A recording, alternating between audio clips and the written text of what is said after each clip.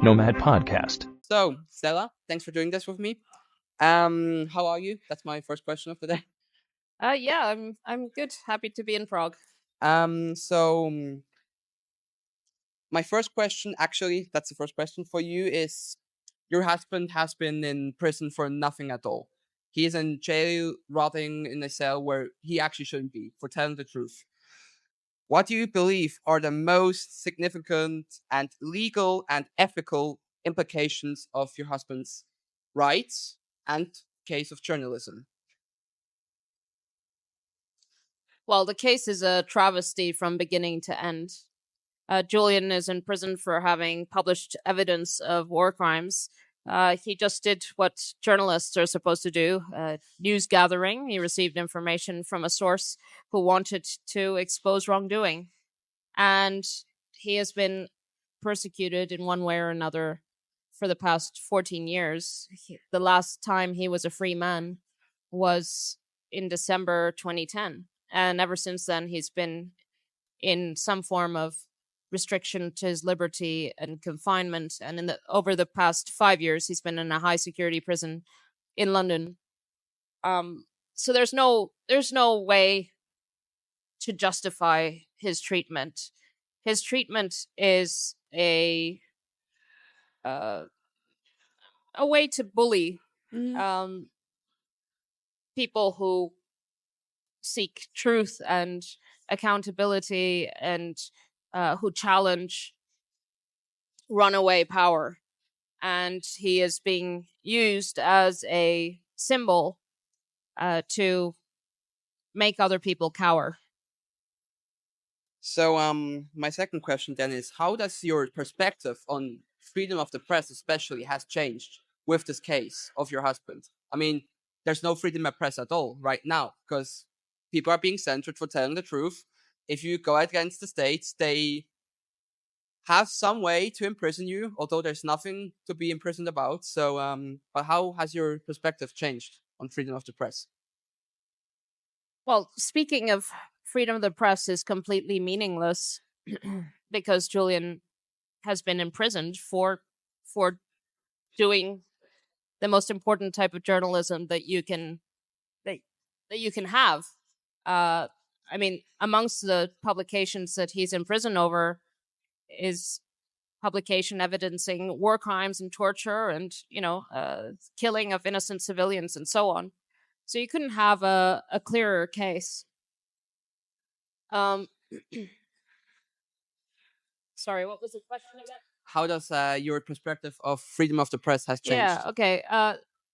So freedom of the press is just an idea, and the reality is it doesn't exist because even the proponents for freedom of the press, the biggest proponents, the ones who talk about it the most, are the ones doing this to him. Mm-hmm. So it doesn't exist, and I think while there are many journalists who back Julian and who are supporting him and journalist organizations and so on, there is a sector of the media that actually doesn't care that there is no freedom of the press.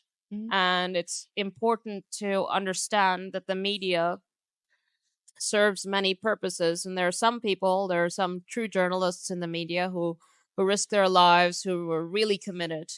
And even inside the mainstream media, it's not just alternative versus mainstream. There are people inside the mainstream media who are actually trying to do their job well. But there are also some people inside those media institutions who are not serving the informing the public, who are not serving what journalism is supposed to be about.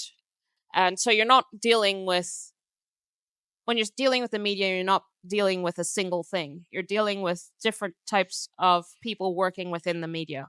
It's basically like a whole empire, you could say, in a sense. Well, I think the media,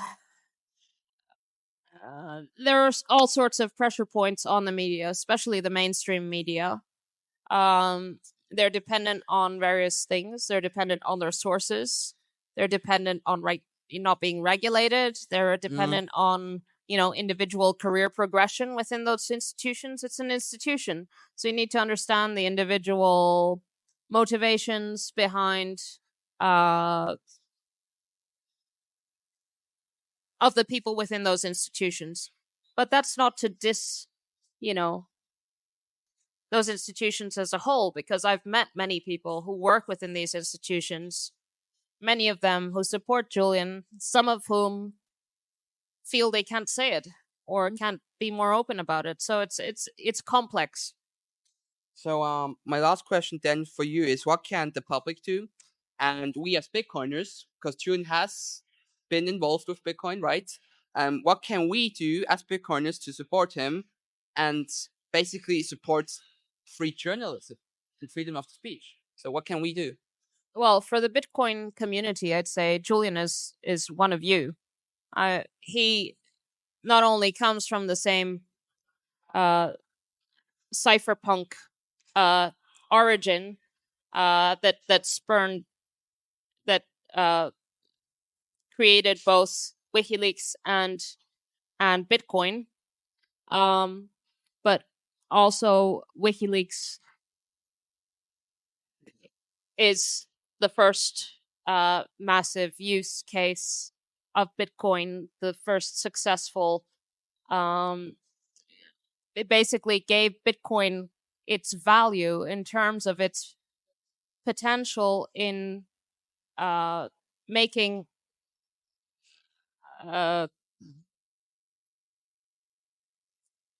a controversial project, which the powerful institutions and interests who were felt threatened by it tried all the means they could to clamp down on WikiLeaks and on Julian. And they tried financially, and WikiLeaks was able to survive because of Bitcoin. So,